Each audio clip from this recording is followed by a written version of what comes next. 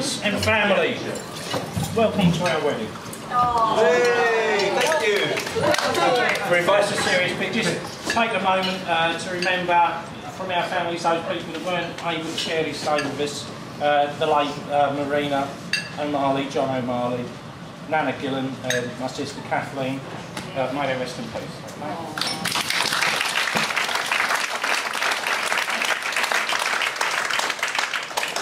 That was a difficult bit over. Now this is used.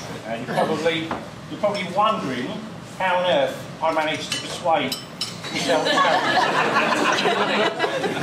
You're probably wondering that, but let me first introduce this place to you. A note about the area. This is deep in Soho. It's so called because the SO stands for supply of, and the ho part becomes self-evident after.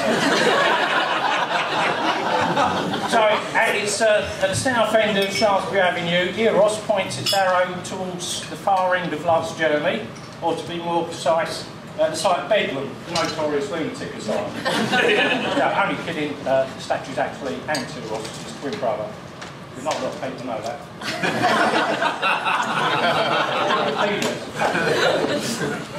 This building is actually a former bordello, so please respect the historic heritage and try to avoid forms of sobriety or any type of self-control. A quick note about this date in history. In 1582, with the implementation of the Gregorian calendar, this day does not actually exist in this year in Italy, Poland, Portugal or Spain.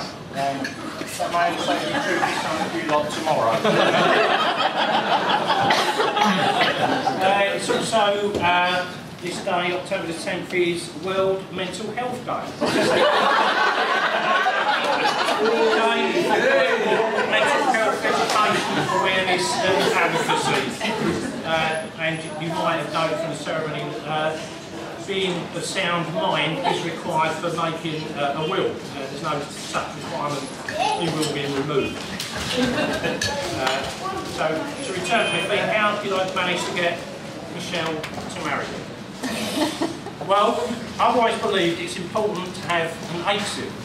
That is a belief or a self-evident truth, Alfie. And if there's one axiom that I do have, and I've always stuck to, it's this. Love means never having to say you're sorry.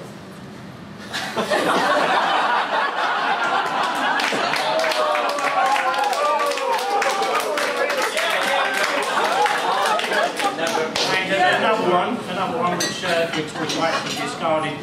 If you really love someone, you set them free. This doesn't apply if you live in Austria or America, obviously, and I discard it because it's a contentious one. It also discriminates against stalkers and prison officers. So, yeah, discard that. So, when I proposed, in order to avoid disappointment, I phrased my proposal in the form of a semi-rhetorical question. I actually asked, when are we going to get married? So her response was also in the form of a semi-rhetorical reply. When hell freezes over. But in pursuing an acceptable answer to my proposal, I used a lesson learned from EU officials and Irish politicians. You just never take no for an answer. Like the Lisbon Treaty.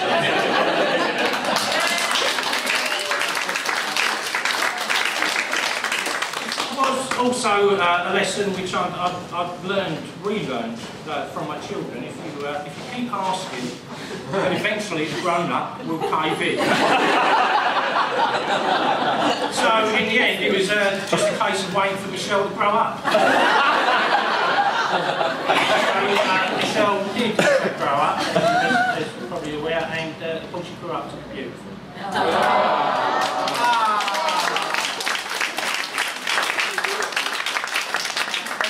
Another wedding, a friend of ours described his bride's looks by declaring, "I don't care what anybody else thinks, I think she's beautiful." And to be fair, she was. She is. I'm not saying who it was. No, I'm not going to steal. I'm not going to steal that gentleman's words. It's not that I don't care what other people think, but Michele is actually beautiful.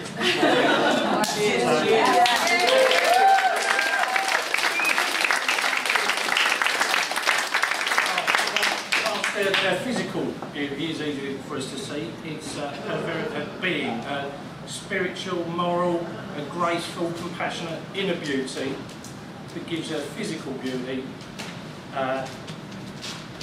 a heart-capturing resonance. I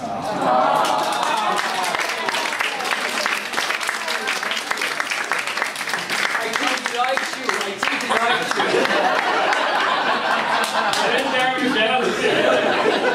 Anyway, these qualities are inherited, they're nurtured, and they're polished. They're friends, a family, upbringing, a faith. They've all contributed towards making her the person she is. But I'm the one who witnesses more than any other person, so I'm actually qualified to say that. But there again, I'd still think she was beautiful, even if I was blind. So, one last eulogy, and apologies to Elizabeth Barrett Browning, because some of you may recognise the title of this if not the words, because in IT terms I've reused somebody else's work. But, how do I love thee? Let me count the ways. I loved you in letters and cards from afar. I loved you on the telephone for hour after hour. I loved you by email, mobile and Skype. I loved you in writing at all kinds of time. I loved you from Winchmore Hill to Limehouse and back and 10 other places along the same track. I've loved you with every meal that we've shared, with every waking day prepared. I've loved you in health and in sickness. I've loved you as we struggled to fitness. I've loved you in happiness, in joy and grief. I've loved you across the divide about religious belief. I've loved you for giving me 2 gorgeous daughters who in turn I've loved with love that never falters. I've loved you on Facebook till you changed your status.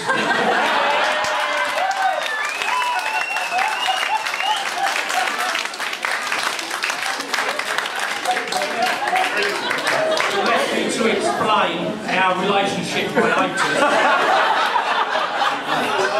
Now I loved you in verse on the day of our conjunction in front of these people attending this function.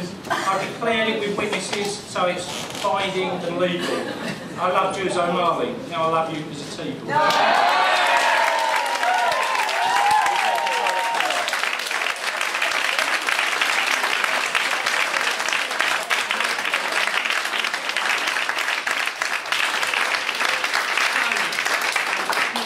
Concluded by saying some thank you to my mother-in-law for welcoming me to your family. You've always made me welcome.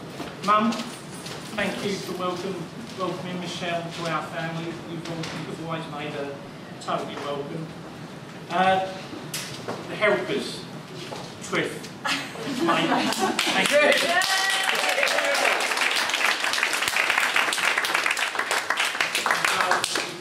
You helped as well. Everybody who's helped, thank you so much. It's made so much easier for us. And any photos that anybody takes, please email them to me or we'll put them on the website. So I'd love to share them all with you.